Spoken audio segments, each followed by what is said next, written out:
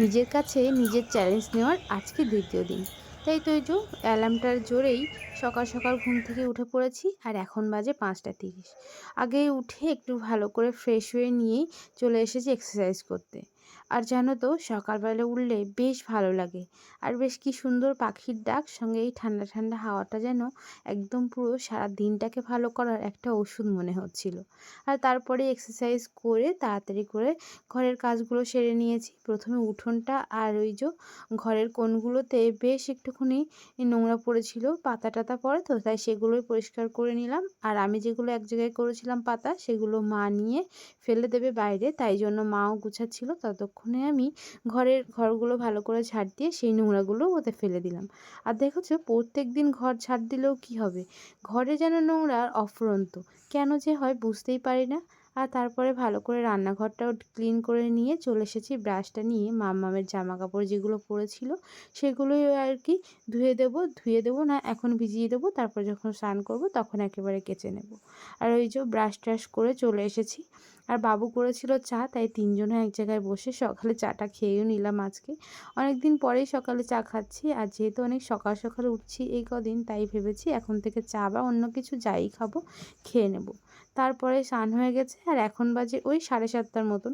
তার ভিতরে কিন্তু আমাদের বাড়ির সমস্ত কাজ কমপ্লিট হয়ে গেছে, শুধু দিদি আসলে দিদির যেটুকু কাজ সেটুকুই করবে। আর এদিকে আমি ভালো করে মাথাটাকে একটুখানি কোম করে নিয়ে সিঁদুরটা পরে নিয়েছি। আর তোমরা তো জানোই আমরা 8টার ভিতরে বাবুর আর মাম্মামের খাবারটা দিয়ে দিই, তাই জন্য ওই যে বাবুর জন্য করেছি রুটি আর ডাল, আর মাম্মামের দিয়েছি একটুখানি সিদ্ধ, আর ওটাইও খাবে। তো চলো বাবুর এই রুটিগুলো করে নিই। আর 4টে রুটিই বাবু খাবে, তাই বেশিক্ষণ একটা সময় লাগেনি। ওই যে ভালো করে রুটিগুলো ভেজে নিয়েছি প্রথমে, তারপরে সেঁকে নিচ্ছি। এইভাবেই আমার রুটি করতে ভালো লাগে, আমি একেবারে ওইতে দিয়েই সেঁকতে পারি না, তাই জন্য এভাবেই শাকি। তো এভাবেই ভালো হয়। তো প্রথম রুটিটা তো আজকে ফুললই না। তো চলো, এদিকে রেডি হয়ে গেছে, মাম্মামের খাবারও রেডি, বাবুরও খাবার রেডি। ওদেরকে দিয়েও দিয়েছিলাম, ওরা কিন্তু খাওয়া দাওয়া কমপ্লিট করেছিল ওই 8:30টার মধ্যে। আর তারপরে ওর বাবা এখনও ঘুম থেকে উঠছিল না, তাই জন্য আমি একটু আমাদের খাবারটা পরে পরে করেছিলাম। ওর বাবা এইবারে বাড়িতে আসার আগেই বলেছিল একটু ডিম টোস্ট খাবে, ডিম টোস্ট না, ওই বাটার টোস্ট খাবে, তাই আমি ভেবেছি একটু বাটার টোস্ট করব। আর ওর বাবার জন্য একটু বাটার টোস্ট করব, কিন্তু আমরা তো আর বাটার টোস্ট খাবো না, তাই আর কি ভাবলাম চলো একটুখানি স্যান্ডউইচের মতন করা যাক। তো ওই যে চা ছিল বাড়িতে, তাই দিয়ে স্যান্ডউইচের জিনিসপত্র তৈরি করে নিলাম। প্রথমে একটু গাজর, একটা ডিম সিদ্ধ, আর একটুখানি গোলমরিচ, লবণ আর একটু জ্যাম দিয়েছি, দিয়ে ভালো করে ওটাকে মিক্সড করে, আর ওটাই এই যে পাউরুটিগুলো না সেঁকে তাতে লাগিয়ে দিয়েছি বাটার দিয়ে।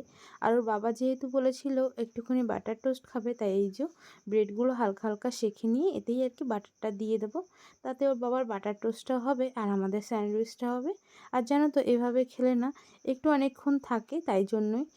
তো এই যে ওইদিকে করে নিলাম, ওর বাবাকেও একটু দেবো। তো চলো এখন যেগুলো আমরা করেছি এই স্যান্ডউইচের মতন, ওগুলোই হালকা করে ভেজে নেওয়ার জন্য একটুখানি ওই যে বাটার দিয়ে কড়াইতে ভালো করে একটু গরম করে তাতেই দিয়ে দিচ্ছি। আর জানো তো, এভাবে খেলে না বেশ অনেকটাই ভালোই লাগে। তো এই যে দেখো, এদিকে তো আমি ভাবতেই পারছি না পুড়ে গেল কি করে, একটুখানি চোখের আড়াল হয়েছি না হয়েছি পুড়ে গেছে। তো থাক, যাই হোক, অল্প একটু পুড়লে কিছুই হবে না, ওটুকু খেয়ে নেওয়া যাবে। তো এই যে এখন আমার সমস্তগুলোই হয়ে গেছিলো একে একে, তারপরে এগুলো আমি কেটে নিচ্ছিলাম স্যান্ডউইচেস টাইপে। তো এই যে আমার কিন্তু স্যান্ডউইচ কমপ্লিট হয়ে গেছে বাড়ি তৈরি করা। আর একটুখানি ডিম পোস্ট করবো সবার জন্য, তাই জন্য ডিমটাকে এই যে কড়াইতে তেল দিয়ে আর শুধু ডিমটা ভেঙে দেওয়ার পালা, আর তেমন কিছুই করতে হয় না জানো তো। আর একটু সাবধানে উল্টালে কিন্তু ডিম পোস্ট ভালো মতনই হয়ে যায়। আর আমি ওর বাবা ডিম পোস্ট এভাবে খেতে পারলেও ঠাম্মা, মানে ওর ঠাম্মা খেতে পারে না, মানে আমার শাশুড়ি মা এভাবে খেতে পারে না, বলে কেমন একটা গন্ধ লাগে, তাই জন্য ওর ঠাম্মার জন্য আলাদা করে ভেজে দিয়েছিলাম। আর আমরা কিন্তু এভাবেই ভিতরটা কাঁচা আর বাইরেটা হালকা হালকা ভাজা এভাবেই খাই। তো এই যে আমার কিন্তু ডিম পোস্ট কমপ্লিট হয়ে গেছে সমস্তটাই, ওর বাবার জন্য দুটো করেছিলাম আর আমাদের দুজনের জন্য দুটো। তো চলো, আজ তো সকালে আমরা এইভাবেই ব্রেকফাস্টটা কমপ্লিট করেছি। তোমরা কে কেমনভাবে ব্রেকফাস্ট কমপ্লিট করলে আমাকে জানিও। আর এরকম ব্রেকফাস্ট না প্রত্যেক দিন আমাদের খাওয়া হয় না, এই মাঝে মাঝে ওর বাবা বাড়িতে আসলে তারপর, বা 2-1 দিন যদি মনে হয় আমাদের তাহলেই খাওয়া হয়। এই এখন তৈরি হয়ে গেছে বাটার টোস্ট রেডি, আর সঙ্গে কিন্তু স্যান্ডউইচ। তো তো বাড়িতে স্যান্ডউইচ বানিয়ে বেশ ভালোই লাগলো, খেতেও কিন্তু তেমন একটা খারাপ হয়নি। তোর বাবাকে দিয়ে দিলাম আর আমাদের খাবারটাও কিন্তু আমরা রেডি করে নিলাম। তো চলো এগুলো খেয়ে নিই। আর আমাদের খাওয়া দাওয়া কিন্তু কমপ্লিট হয়েছিল 9:30টার মধ্যে। আর তারপরে দুপুরে রান্নার দিকে চলে এসেছি। আজ রান্না করব এঁচোড় চিংড়ি। তার জন্য এঁচোড়টাকেও হালকা করে ভাবিয়ে নিয়েছে কচু আর আলু মাছ। আর সঙ্গে কিন্তু আজকে আরও একটা স্পেশাল রান্না হবে, সেটা হচ্ছে ডুমুর। তো মা এই যে সমস্তটাই রান্না করার জন্য রেডি করা হয়ে গেছে। এঁচোড়ও ভাপানো হয়ে গেছে, ডুমুরও একবার ভাপানো হয়ে গেছে, চিংড়ি মাছ সমস্ত কিছুই ভাজা হয়ে গেছে। তো চলো রান্নার প্রিপারেশনটা কী করে করলাম সেটাই দেখাই। তো মা তো ওদিকে এঁচোড় চিংড়ি করছে, আর আমি কিন্তু এই ডুমুরটা আমি রান্না করব, তাই সেটাই তোমাদের সাথে শেয়ার করব। মা রান্না করেছিল, ভিডিও করলে হতো, কিন্তু তখন মা আর আমি দুজনে একটু তাড়াতাড়ি করে রান্নাটা সারার চেষ্টা করছিলাম, কারণ আজকে এক জায়গায় যাব তাই জন্য। তো এইটার দিকে ভিডিওটা করেছি, তো সেটাই তোমাদের সাথে শেয়ার করি। চলো আমি কি করে ডুমুর রান্না করি সেটাই তোমাদেরকে বলি। তো এই ডুমুরগুলো আমি এনেছিলাম বাড়ি থেকে, মানে যখন বাপের বাড়িতে গেছিলাম সেখান থেকে গাছ থেকে পেড়েই এনেছিলাম। তো সেই ডুমুরগুলোই ছিল এতদিন। তাই ওই যে প্রথমে আলুটাকে ভেজে নিয়েছি। আলুটা কিন্তু আমি ডুমো ডুমো করে কেটে তারপরে ভেজেছি। আর সেই তেলেই গোটা গরম মশলা দিয়ে পেঁয়াজ রসুন আর দিয়েছি কিছু ওই টমেটো, সেটা দিয়ে ভালো করে কষিয়ে তারপরে গুঁড়ো মশলা না, একটু বাটা মশলা আছে আর সঙ্গে গুঁড়ো মশলা, আদা জিরে একসঙ্গে বেটে নিয়েছি শুকনো লঙ্কা দিয়ে, তার ভিতরে হলুদ আর লবণ আর একটু চিনি দিয়ে দিয়েছি। দিয়ে ওটাকেই ভালো করে মশলাটা কষিয়ে তার ভিতরে সিদ্ধ করা ডুমুরগুলোকে দিয়ে তারপরে কিন্তু এভাবে ডুমো ডুমো করে আলুগুলো সেগুলোও হালকা কষিয়ে আর কিছু চিংড়ি মাছ কেটে রেখেছিলাম সেগুলোই দিয়েছি। কেন কম চিংড়ি মাছ দিলাম জানো তো? ওই এঁচোড় চিংড়ির জন্য চিংড়ি আনা হয়েছিল, সেখান থেকেই বেশ কিছু চিংড়ি আমি তুলে নিয়েছিলাম। আর যেহেতু তরকারিটা একটু বড় হবে, তাই ভাবলাম চিংড়ি মাছগুলো একটু কেটে কেটে দিই, তাহলে সবার পাতে 2-1 খণ্ড করে পড়বে। তো এই যে এদিকে আমার কিন্তু কমপ্লিট হয়ে গেছিলো রান্না বান্না। আর তারপরেই চলে এসেছি মাম্মামকে গুছিয়ে নিতে। আর ওর গোছানোটাই আমার কাছে সবচেয়ে বড় কাজ, মানে ওটা হলে আমি যেন শান্তি পাই। তাই ওই যে ওর 11:30টার মধ্যে স্নান কমপ্লিট। এখন মাম্মামের সাজুগুজু করার পালা। আর এদিকে তার মাথা আঁচড়ে দিয়েছি। আর বলো তো জামাটা পরে কেমন লাগছে? এটাও ঠাম্মা কিনে দিয়েছে এই গরমের জন্যই। আর এই যে কিছু জামা কেনা হয়েছে গরম পড়তে না পড়তেই, আরও ভাবছি জানো তো কিছু জামা কিনবো। ওই যে গরম পড়ছে তো বাচ্চাদেরকে আর ওই অন্য অন্য জামাগুলো পরানো যায় না। আগে যে জামাগুলো পরতো সেগুলো তো শীতের বড় বড় হাতা, সেগুলো তো পরালে খুব গরম লাগে। আর আমি জানি না মাম্মাম কেন এত ঘামে, ভীষণ ঘেমে যায়। আর ওই যে সবসময় পাখা ছেড়েই রাখতে হয়। আর এই যে ওর বাবা এদিকে দুষ্টুমি করছিল, আর ওদিকে মাম্মাম তো তার খেলনা নিয়েই ব্যস্ত। তো চলো মাম্মামকে তো যা করে রেডি করে নিয়েছি। আর ওর বাবা এক মজার জিনিস কিনেছে।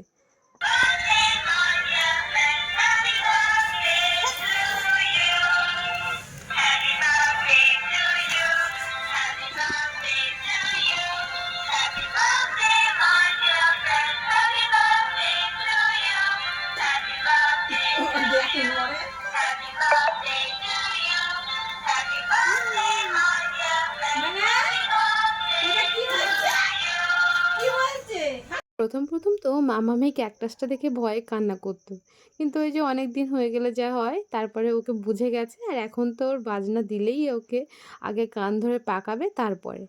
আর এইটা না বেশ ভালো, যখন তখন যার বার্থডে বানানো যায়। আর তারপরে ওটাকে নিয়ে ও খেলা করছিল, ততক্ষণ ওর নখটাকে কেটে দিয়েছি। আর এখন চলে এসেছি আমরা খাওয়া দাওয়া করতে। আর জানো তো তরকারিগুলো বেশ ভালোই হয়েছিল, খেতে কিন্তু খুব সুন্দর হয়েছিল। তারপরে দুপুরে কিছুক্ষণ রেস্ট নিয়ে আজকে বললাম না এক জায়গায় যাব, সেখানেই যাব, দিদি পিসিদের বাড়িতে যাব। তো কেন বললাম দিদি পিসি সেটাও তোমাদেরকে বলবো। তো ওই যে একটা রিক্সা পেয়েছিলাম, রিক্সা করে যাব, ওই 10 থেকে 20 মিনিট লাগবে, তো তবুও রিক্সায় উঠে গেলাম। আর আজ কিন্তু এখনও রোদটা কমেনি, একটু তাড়াতাড়ি যাচ্ছি, একটু থাকবো তারপরেই চলে আসবো, তাই জন্যই যাচ্ছি। আর চলো কেন বা দিদি পিসি বললাম সেটাই বলি। আমার দিক থেকে হয় দিদি, মানে আমার বাপের বাড়ির দিক থেকে আমার হয় দিদি। আর আমার বরের দিক থেকে হয় পিসি, মানে বরের পিসি হয় আমার দিদি হয়। তাহলে কি বলে ডাকবো সেটাই তো বুঝি না, তাই দিদি পিসি। তো দিদি পিসির বাড়িতে মাম্মাম যাচ্ছে প্রথম, আর আমি এই প্রথম, আমিও প্রথম মাম্মাম প্রথম। মানে বিয়ের পরে কোনো দিন যাওয়াই হয়নি, কিন্তু বাড়ি থেকে কিন্তু খুবই কাছে, তাই এবার যাচ্ছি। আর কেনই যাচ্ছি সেটাও বলবো চলো। এই যে চলে এসেছি কিন্তু মায়ের মন্দিরের সামনে। আর জানো তো, মায়ের ইচ্ছা ছিল মা এই বছরে রক্ষাকালীর পুজো করবে, আর এখানেই হয় রক্ষাকালীর পুজো। কিন্তু দুর্ভাগ্যবশত মায়ের পুজো কাল হয়ে গেছে, আর আমরা আজকে এসেছি জানতে যে মায়ের পুজো কবে হবে। তো এই যে মায়ের পুজো তো হয়ে গেছে, ভগবান না চাইলে হয়তো কোনো কিছুই হয় না। ভগবান হয়তো চায়নি এইবারের পুজোটা আমরা দিতে পারি, সামনের বছর রেখেছি টার্গেট, ওই তখনই দেব। তো ঠাকুরকে প্রণাম করে তারপরে আমরা দিদির বাড়িতে যাব, মানে দিদি পিসির বাড়িতে যাব। তো দেখো কত সুন্দর সাজিয়েছে না, আর পুরো জায়গাটা না মনে হচ্ছে যেন সবে সবে মা এসে বসেছিল, এখন চলে গেছে। তো আমাদের তো মনটা একটু খারাপ হয়েই গেল। তারপরে যেই যে দিদি পিসির বাড়িতে এসেছি, তো পিসির একটা কুকুর আছে গোল্ডেন টিগার। তো তোমরা তো জানোই এই কুকুরগুলো নাকি খুব বাচ্চা ভালোবাসে। তো এদিকে দেখো সে তো মাম্মামেরকে নেবে বলে তার এত তার মানে চিৎকার চেঁচামেচি, সে তো কাউকেই মানছিল না। কিন্তু এই যে আমরা ভয় পেয়ে না মাম্মামকে নিয়ে একটুখানি এই ঘরের দিকে এসেছি। মাম্মাম যেদিকে সেদিকেই তো সে থাকবে। তারপরে আমি ওকে একটু আদর করতে একটু চুপ হয়েছিল, কিন্তু তার কিন্তু এই মাম্মামের কাছে আসার যে ইচ্ছা সেটা কম ছিল না। তাই জন্য পিসি ওই লাস্টে আনলো, আর সে তারপরে না একটু শান্তি পেয়েছিল। আর এদিকে দেখো তোমাদের মাম্মাম তাকাচ্ছে কী করে, তার তো কোনো ভয়ই নেই। আর তারপরে সে মাম্মামকে না পেয়ে মাকে একটু আদর করেছে, কিন্তু সে যেতে চাইছিল না। যা হোক করে মাম্মাম একটু গায়ে হাত দিল, তারপরে কিন্তু একটু শান্ত হয়েছিল। আর যেহেতু পিসির বাড়িতে গেছি, কিছু না কিছু তো খেতেই হবে। তাই পিসি কিন্তু বাড়ি থেকে খেয়ে যাওয়া সত্ত্বেও দিল অনেক তরকারি, সেটাই খেলাম। পেট ভর্তি অবস্থায় খেলে বলো তো কেমনটা লাগে। এদিকে দেখো মাম্মামের তো ভয় নেই, আর তারও তো শেষ নেই আদর করার। তো তোমাদেরকে বললাম না তরকারি দিয়েছিল, কাঁচকলা মাছ দিয়ে একটা ঝোল, মাংস, পাট শাক ভাজা, এঁচোড় আর সঙ্গে চাটনি। ভাত আর খাইনি বাপু, অনেকটা পেট ভরা ভাত বাড়ি থেকেই খেয়ে এসেছি, আর তারপরে আরও খেলে তো পেটটা হয়তো ফেটে যাবে, তাই আমি এক পিস আর মা এক পিস মাংসটা খেয়েছিলাম। আর এই তরকারিগুলো যা হোক করে কষ্টসৃষ্ট করে খেয়েছি। জানো তো রান্না কিন্তু সমস্তটা ভালোই ছিল, কিন্তু ওই যে তারপরে কষ্ট করে খেতে হয়েছিল। আর বাড়ি এসেছি, আর এখন বাজে ওই 7টা মতন।